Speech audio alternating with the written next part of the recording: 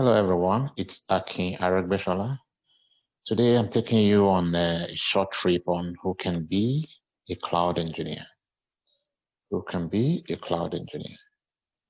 It's a daily resource on Instagram where I'll be talking about different aspects of IT, different arms of IT, different disciplines, different specializations, with a view to helping you see the big picture and ultimately helping you identify your spot there and how you can move from where you are now to where you'd like to be in the next 6 months, in the next 1 year, in the next 3 years, and so on and so forth.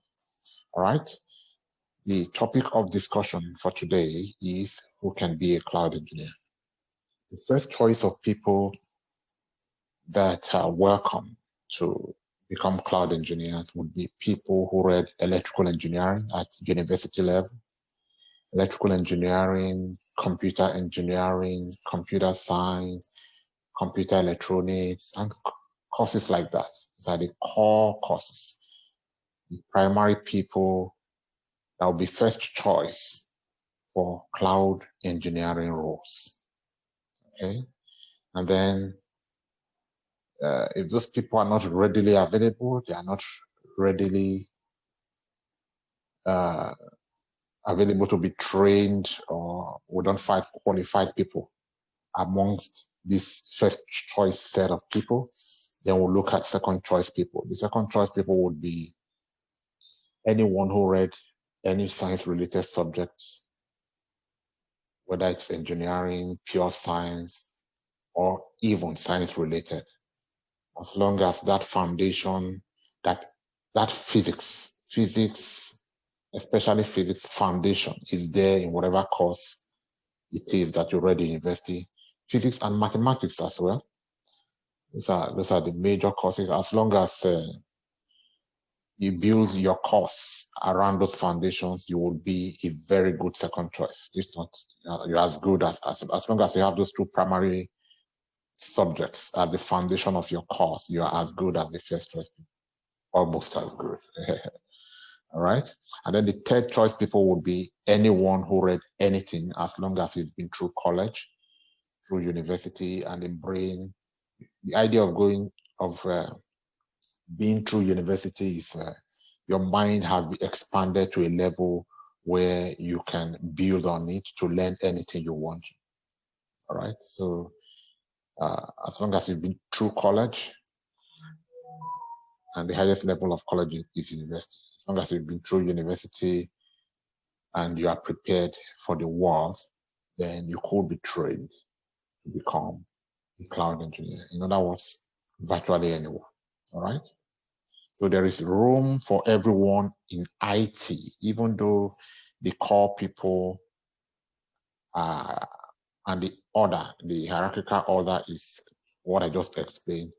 There is still room for everyone.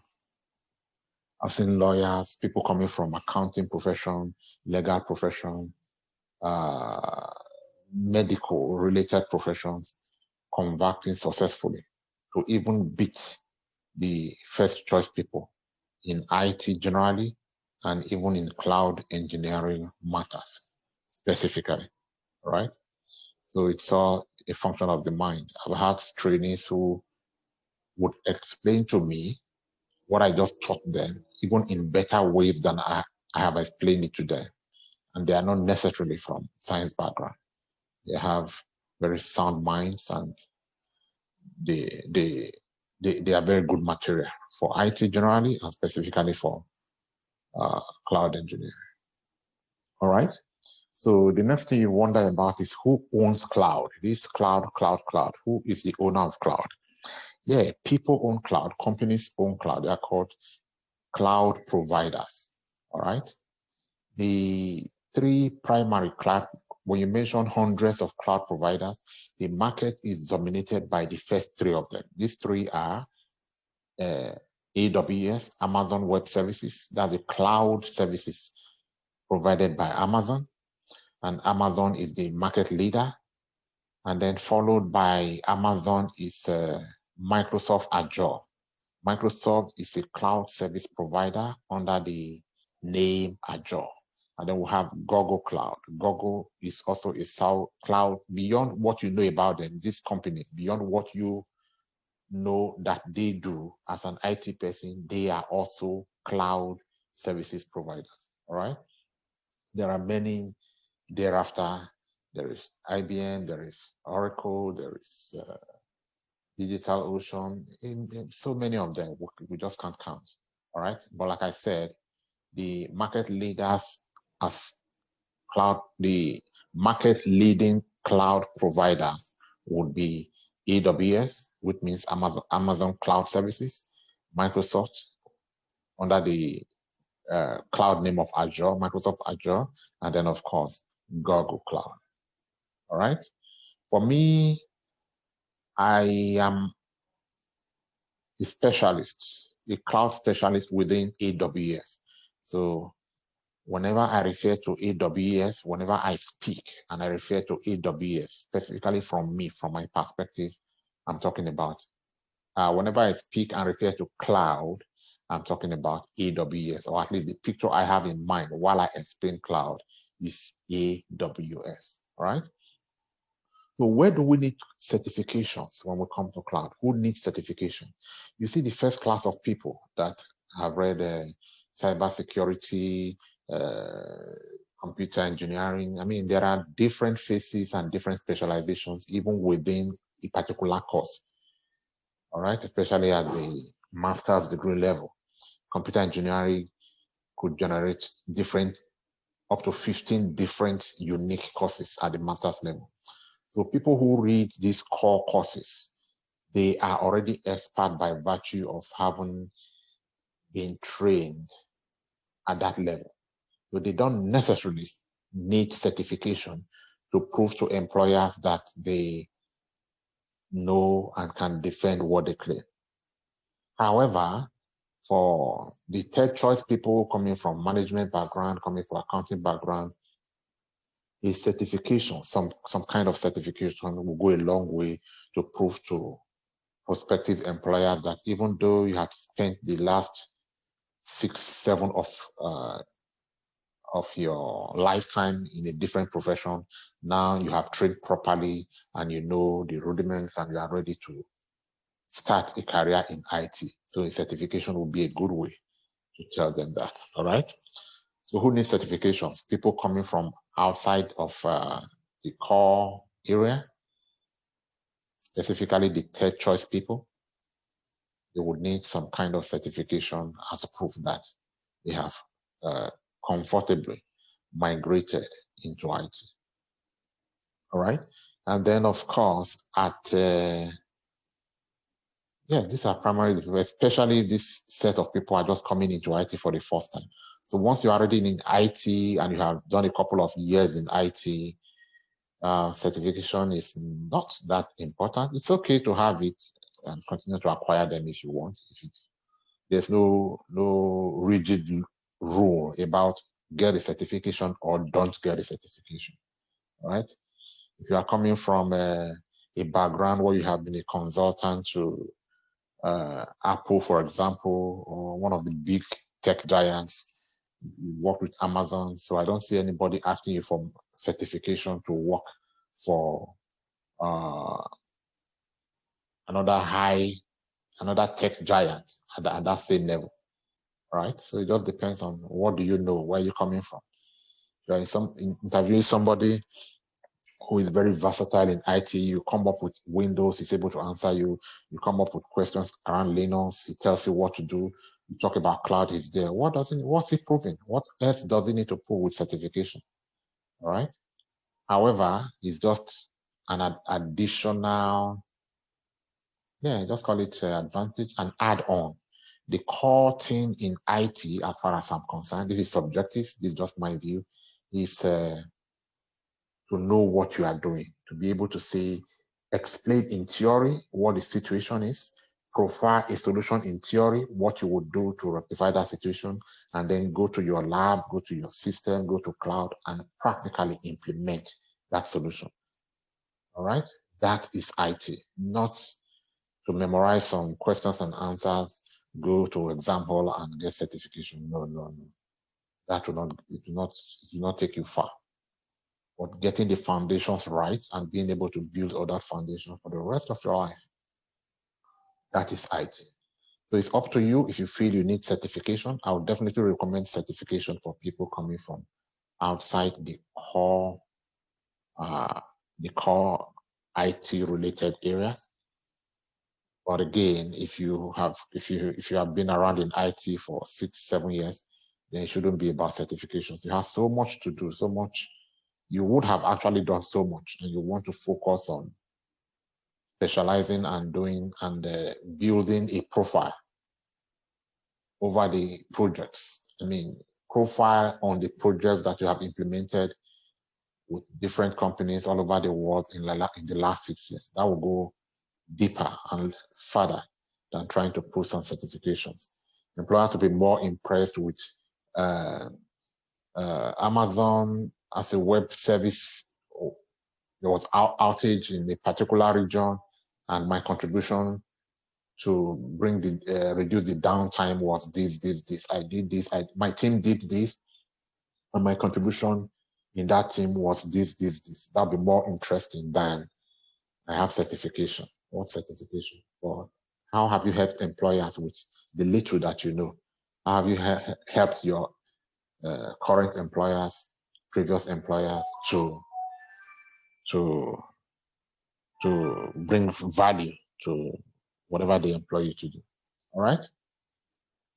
What do you need to get a job? What you need to get a job is not necessarily certification. That's not the first thing. What you need to get a job is a good resume. A good resume that will tell a recruiter, a prospective employer, that you understand what you do and that you have actually done things that are valuable within the industry. All right. So to be talking about projects you have accomplished, maybe a couple of training you have been to, but more importantly, projects you have accomplished, what you have done for this bank, what you have done for that, for Apple, may not be, in reality, may not be this big name, but whatever the small name is, what have you contributed? How many times did they encounter server issue, what the layman would call server issue? What were the specific problems, and how did you contribute to the notification of those problems? So those are the things. Those are the things you portray on your resume. Of course, there'll be thousands of applications. They are not going to look at resume one by one.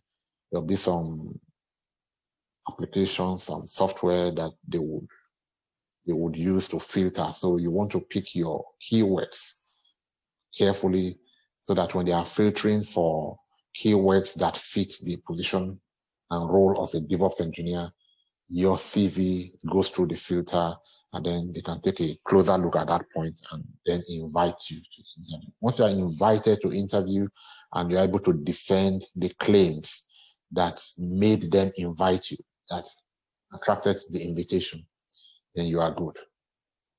You are good. All right? So what you need to get a job is a good resume that tells employer that you are going to be value to their company. But what's a good resume if you don't have the experience and you have not done these things practically to be able to? When I said a good resume, I did not mean that you should go and borrow some good resume and present them as your own. What I meant was you are able to defend what you have in the good resume. Being able to you can't defend when you have nothing inside of you. You can only defend when you are confident, when there is power inside of you. That's how you can defend. And that power originates from knowledge. You know these things, you have practiced them, you have failed many times, you have done things the wrong way many times, and you have learned from doing them the wrong way. Now you can do them the right way. That is where you extract the experience that you put on your resume. And then what some people may call CV.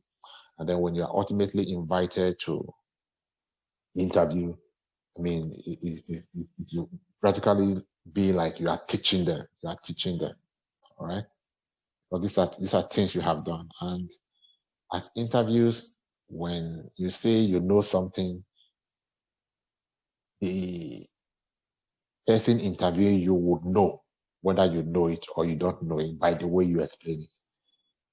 There is no rigid way to explain something. Just say it the way you see it, the way you have experienced it. If you have not experienced it, then you are likely to quote some book, some dictionary, something somebody else said.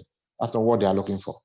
They are looking in a there are ways to know instantly whether you know what you are talking about or whether you simply read them and then or whether somebody explained to you. There is a level of explanation that will tell them that yes, this is the right person or not the right person.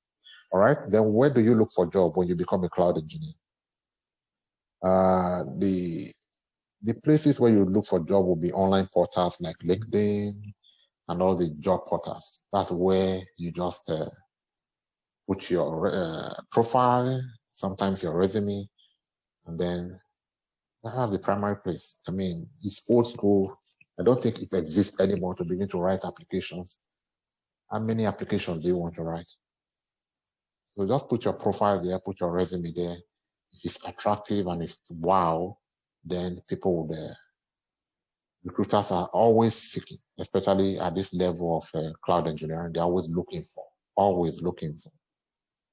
qualified people to recruit. Because anyway, that's a different topic for another day. How recruitments work and how just finding you and bringing you on board and is actually their source of income. They are bringing you on board is what brings them money. All right. So that's why when recruiters call you, they are very polite, they pamper you, and they are doing everything they can to make sure they win you over from wherever you are to their company because you are access to them. Once they're able to move you from wherever you are now into the company of the person they're hiring for, you are assets. You bring them money. First time, maybe like 10, 20% of, usually 10% of whatever the company will pay you. And then maybe the person who introduced you, because you are an asset, especially at this big level of being a cloud engineer. You're a big asset. The person who introduces you and eventually scale through will first of all get like 1,000, 2,000, 2,500, sometimes even up to $5,000. All right, just for connecting you, the expert with the recruiter. All right. So that is the best places to get job. But it doesn't mean that once in a while you cannot on your own apply for jobs. But there's a limit to the number of jobs you can apply to compared to just leaving your CV, your resume in the central place where recruiters can be able to find it and then contact you subsequently. All right. So I hope today's discussion has been fruitful. And again, I still have here that my approach to helping you become a cloud engineer is to take you through these 4 courses. Yes, some people will say you don't need Windows, some will say you don't need Linux and all of that, but this is my approach. And this way, I am sure that I know actually, not being sure anymore because I've been training people. I know that Windows, you get a good background, a good foundation as to what happens on the customer side. With Linux, that is the server you'll be operating for the rest. Well, until things change for a very long time, and then cloud is the future. The future has started already. DevOps are the tools that you need to work in cloud, environment with your Linux machine. All right. Yeah. Normally, I start classes with Windows and then build it from Windows to Linux to cloud to DevOps. But specifically on January the 9th, 2021, I have a DevOps class coming up. So this DevOps class is not for everyone. This is a special class for people who are already good with Windows, they're already fine with Linux, they're already familiar with clouds, and they just want to build this DevOps on top of all they already know. And when we see cloud engineering, DevOps is the apex, is the climax, is the final, is the, without DevOps, you cannot actually say you're a cloud engineer. DevOps is the, haven't learned things in bits. You've learned A, you've learned B, you've learned C. Now, DevOps is the way to put all of them together to begin to form your words, or put differently, haven't learned A, B, C in your Windows and haven't learned how to form words in your Linux, and then having learned how to form sentences in your cloud. DevOps is the place where you now begin to reuse your letters, your words, your sentences to form paragraphs and come up with beautiful essay and tell stories that will make sense. All right. So DevOps is the wow. All right. DevOps as a course by itself would not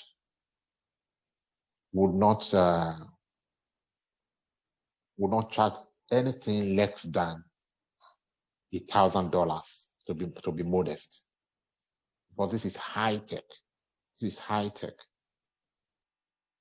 I don't see any DevOps experts teaching DevOps for less than $1,000 because it takes so much effort. It took him so much time, so much effort, and so much sometimes money as well to learn it. In any case, even if you didn't, you will be earning 100,000, 90,000, maybe 80,000 per annum. So why can't you pay just 1,000 to learn what will bring you that kind of money? But in my case, I am people oriented. I am the kind of people I target in my market. They are not very rich people. They are ordinary people that I'm working to help become IT gurus, people who may not be in position to afford the kind of money that the industry would normally charge for this kind of course. So mine is coming at only $150 for the DevOps class. The DevOps class is going to last for about 4 weeks. And then if you have not done Windows, you have not done Linux, you have not done cloud, then this is not for you. This is too big for you. Okay, you would have to start from the Windows one. We call that one ITAN. You join my ITAN class. But if you're this, especially for people in Canada, people in Europe, people in US specifically, yes. For those kind of people, $150 is not much money. It's lunch money. All right. Well, if you're in Nigeria and you want to do DevOps, then I would suggest that you join the regular class where you'll be paying only $50 for the same value. All right. All right. So let me know if this class is already fixed. I already have people waiting to be in class. Let me know if you are ready to join them so I can give you details. All right. Give me a message. Do me a message on +1 214 438 1905.